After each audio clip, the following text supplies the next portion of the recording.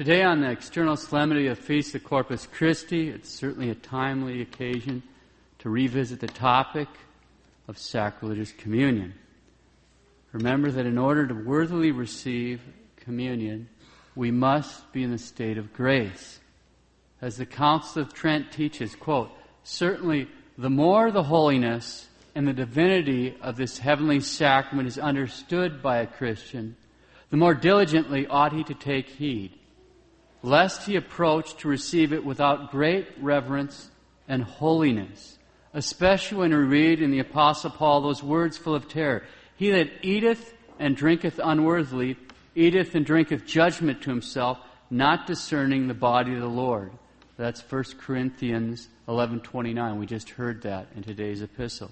"No one conscious of mortal sin, however contrite he may seem to himself, should approach the Holy Eucharist without a previous sacramental confession." Close quote. No one conscious of a mortal sin, however contrite he may seem to himself, should approach the Holy Eucharist without a previous sacramental confession. It's quite possible that some people here may have been told otherwise, and I hate to say that, but perhaps maybe even by a priest. It's a salvation issue, so let's not have any doubts.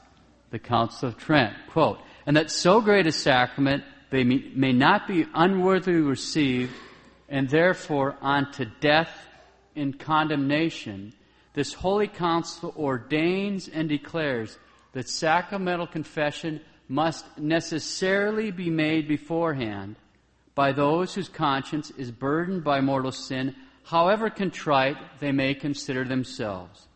If anyone, moreover, teaches the contrary, or preaches, or obstinately asserts, or even publicly by disputation shall presume to defend the contrary, by that fact itself he is excommunicated." Close quote, the Council of Trent. A sacrilegious communion occurs when someone unworthily receives our Lord, either by not keeping the fast or by not being in the state of grace when he goes to communion. The Catechism of the Council of Trent warns, quote, "As of all the sacred mysteries, there is none comparable to the most holy sacrament of the Eucharist. So likewise, for no crime is there a heavier punishment to be feared from God than for the unholy or irreligious use by the faithful of that which contains the very author and source of holiness." Close quote. Our Lord told St. Bridget that there does not exist on earth a penalty great enough to punish this sin sufficiently. The teaching of that great bishop and doctor of the church, St. Cyril of Alexandria, sums it up, quote, "They who make a sacrilegious communion receive Satan and Jesus Christ into their hearts. Satan, that they may let him rule, and Jesus Christ, they may offer him in sacrifice as a victim to Satan." They who make a sacrilegious communion receive Satan and Jesus Christ into their hearts. Satan, that they may let him rule, and Jesus Christ, they may offer him as a sacrifice, as a victim to Satan. That's the reality of a sacrilegious communion. Before we set this topic aside, there's something else we ought to consider, and that's the sin of scandal. Of course, everyone here knows what our Lord said about scandal. "He that shall scandalize one of these little ones that believe in me, it were better for him that a millstone were hung around his neck, that he be drowned in the depths of the sea. Woe to the world because of scandals. For it must needs be that scandals come, but nevertheless, woe to that man by whom the scandal cometh." Close quote, God the Son. So what is scandal? St. Thomas defines it, quote, "Scandal is something less rightly said or done, which gives occasion to the spiritual ruin of one's neighbor." Close quote. St. Alphonsus explains this, quote, "Scandal then is a word or an act by which you are to your neighbor the cause or the occasion of losing his soul. Scandal, if it be in a matter of great moment, is always a mortal sin. Close quote. Now, there are two aspects to scandal. We're just going to go through it briefly. There's scandal given and scandal taken. Scandal given is the act or the word which may cause another one's spiritual ruin. For example, a woman dressed in a provocative or indecent manner is guilty of scandal given, not only because of the bad example that she's given to other women, but also because this dress is an occasion of sin for the men. In this case, not only would she be guilty of dressing in a scandalous manner, she would also be guilty of every single sin she provoked by her dress, since she decided to offer that forbidden fruit. That's a scandal given. Scandal taken is the sin of the person which was caused by the scandal given. It's the sin of the person who was scandalized. To take the same example, a man who sees this woman certainly does not have to gaze upon that forbidden fruit, but every one of the men who do lust after her is certainly guilty in his own right, and that's scandal taken. So what does this have to do with the topic of sacrilegious communion? Imagine a situation where a spouse or a child doesn't receive communion. Instead of committing that situation to prayer, there are certain spouses or parents who can't or won't let that pass. After Mass, here comes interrogation. Why didn't you go to communion? What's going on? Etc., etc. So a kid doesn't go to communion. As a result, he gets interrogated by a parent after Mass. If he then starts making sacrilegious communions as a result of fear or pressure he feels from that parent, from that interrogation, that parent is guilty of scandalizing the child. The same would be true of a spouse that put that kind of moral pressure on the partner. Scandal, again, is a word or an act by which you are to your neighbor the cause or the occasion of his losing his soul. The bottom line here is don't be asking people why they didn't go to communion. It's none of our business. Remember that he who makes a sacrilegious communion receives Satan and Jesus Christ into his heart. Satan that he may rule, and Jesus Christ that he may offer him as a sacrifice to Satan. And remember that if you provoked that sacrilegious communion by pressure and interrogation, it's also your sin.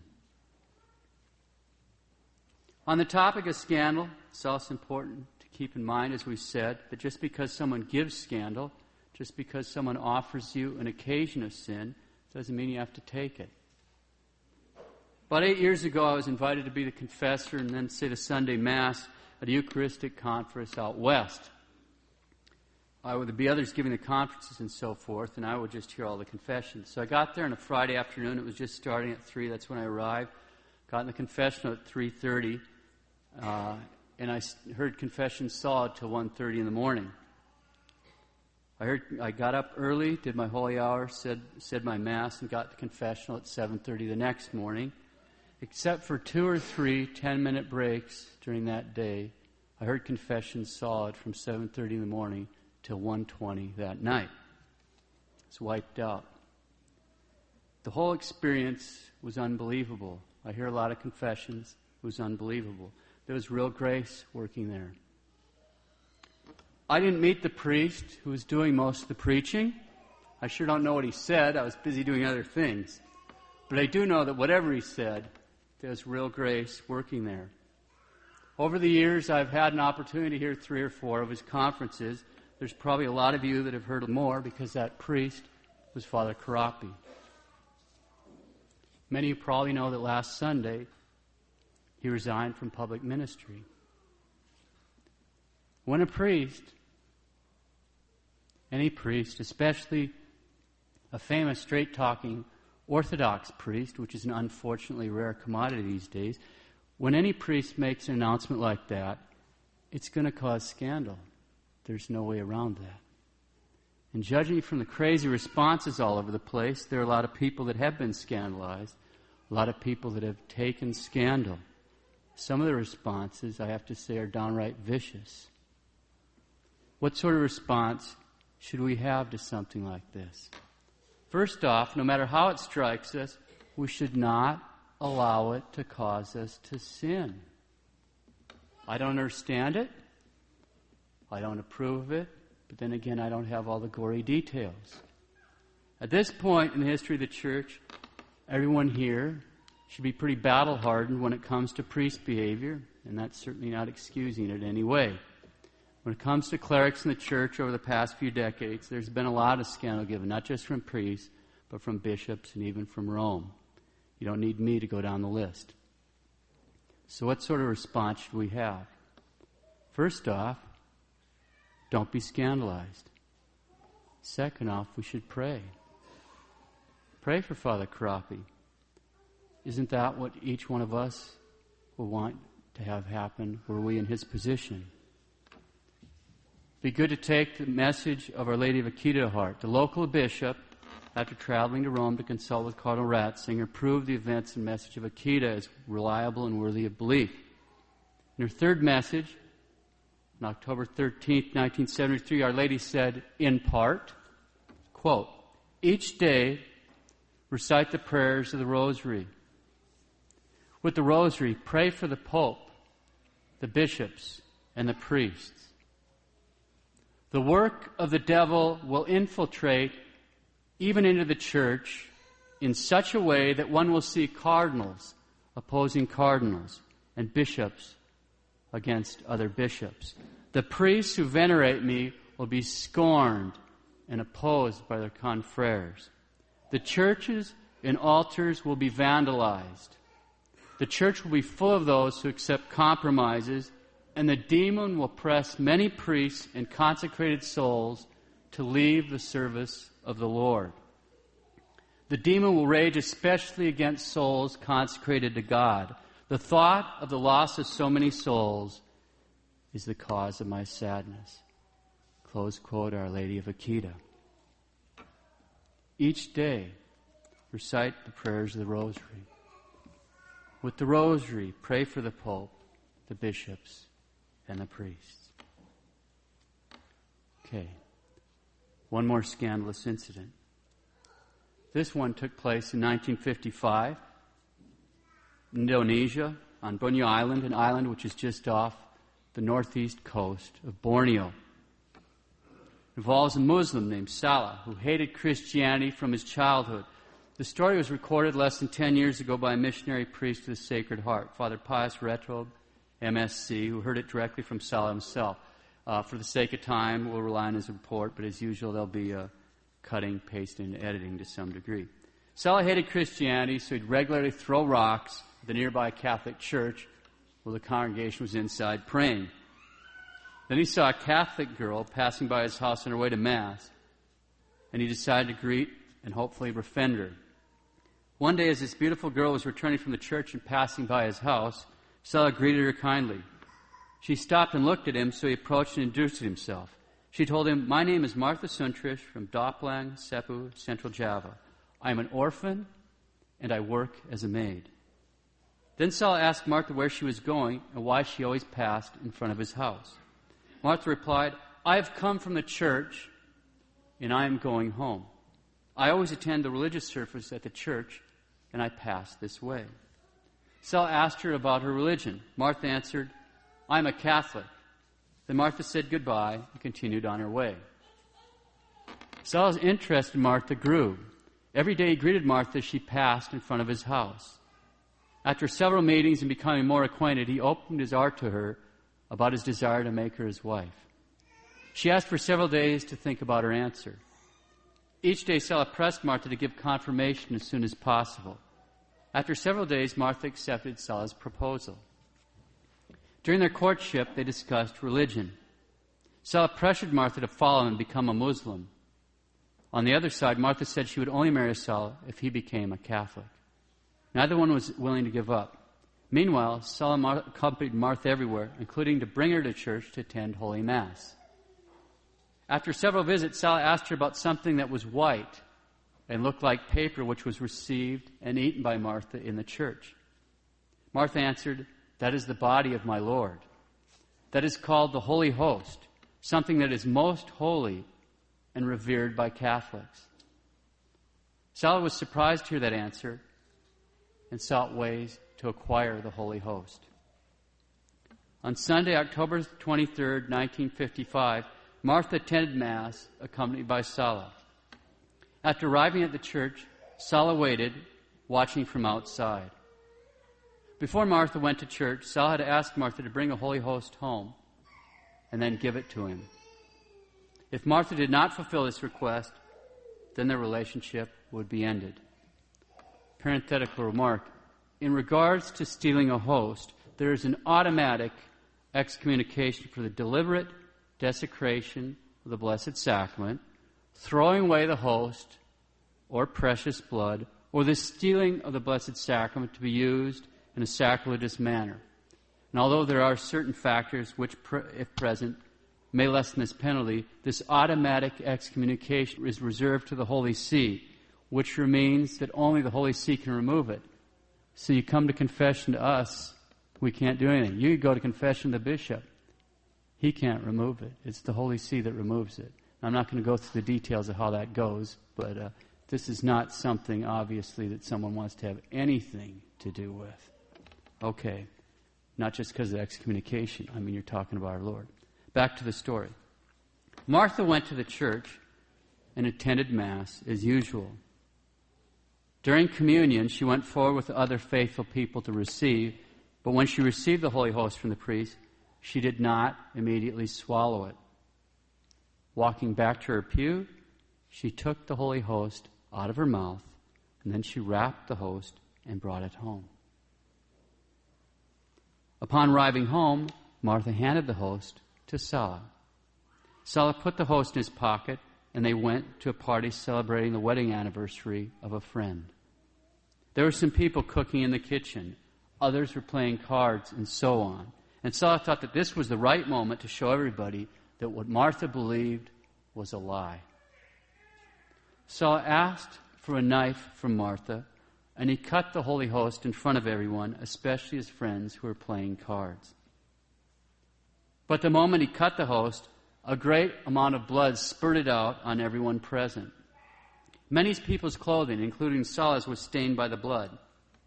Sala was bewildered and afraid. He was paralyzed with fear and did not move from his seat. The same thing happened with his friends and all those present. The news spread. Many people gathered around. Some people who hadn't seen what Sala had done presumed that a murder had been committed and that the killer was Sala, so they reported this to authorities. 4 policemen soon arrived, a Catholic, a Protestant, and 2 Muslims. They were astounded and in awe to see so much blood. Without questioning and finding out what had happened, the policemen put Sala's hands in shackles. Sala was confused and afraid. Meanwhile, blood still poured out from the Holy Host. The policemen were also afraid and were confused about it. The Protestant policeman had the initiative to call the local priest. When the priest arrived, he asked what had happened, but no one answered. He repeated the question, but they were still silent. When the priest looked at the Holy Host, which was issuing blood, he immediately knelt down and prayed with raised hands. After the priest finished, the Holy Host stopped issuing blood. With fear and trembling, Sala approached the priest and begged mercy and forgiveness for what he did. Once more the priest raised his hands and prayed and blessed Sala. Sala remained filled with fear and confusion. That night he could not sleep soundly. A conviction to become a Catholic slowly grew stronger in his heart. The next day, early in the morning, Sala went to the church. His intention was to meet with the priest and declare his heart's desire to become a Catholic and become catechized. When he arrived at the church, nobody except the priest was present. Sala expressed his heart's desire to the priest. The priest listened kindly and suggested that Sala should return to his home to meditate about the bleeding host. And in the meantime, the priest would find a catechist to teach Sala. Sala then went to find Martha and told her of her desire to become a Catholic and to study the faith. A few days later, they were married in a civil ceremony at Banyu Island. Now, as we know, that's not a marriage, as if Martha were not in enough trouble for stealing the host. Because of the incident of the desecration of the host, many people from other religions, especially from Islam, declared their desire to become Catholics, which provoked many parties to threaten to kill Sala. It is the religion of peace, after all. A few days later, the local authorities, who were Muslims, heard the news about the bleeding host. They summoned Saul and others who were present during the event and forbade them, under the pain of death, to speak about the incident to anyone, especially to Muslims. Saul was not at peace and was insecure and living in bondage because of the persecution from the local authorities and the community were mostly Muslims. Saul and Martha decided to move to Tarakan, a town on a nearby island. Saul was determined to learn Catholicism and be baptized as soon as possible, so he began studying the Catholic faith with a priest from the Netherlands who belonged to the missionaries of the Holy Family. But the people from Banyu followed Saul. His life was once again threatened. They then moved to Tanjung Silar, a town in Borneo. However, even there the persecution continued for a year. Finally, they moved even farther south to Barrow and stayed there. On the 26th of October, 1966, Saul was baptized with the name Antonius Ioannis Sella, and on the same day received the sacrament of marriage with Martha. Anton Sella, his new nickname, strove to become a good Catholic by assiduous prayer and liturgical worship, was helpful towards others who also sought to become Catholics, and generously helped needy and poor people. Although the couple were childless, their lives were good examples for other people, and as a result, many were attracted to the Catholic faith. They kept the bleeding host event secret for years until the 1970s and 80s, when people in several places started talking about this amazing incident until the story had spread throughout the area. On this Corpus Christi, it's good to remind ourselves that our Lord is really there. He's really there. Body, blood, soul, and divinity in the most blessed sacrament of the altar. Our Lord is there. He's really there.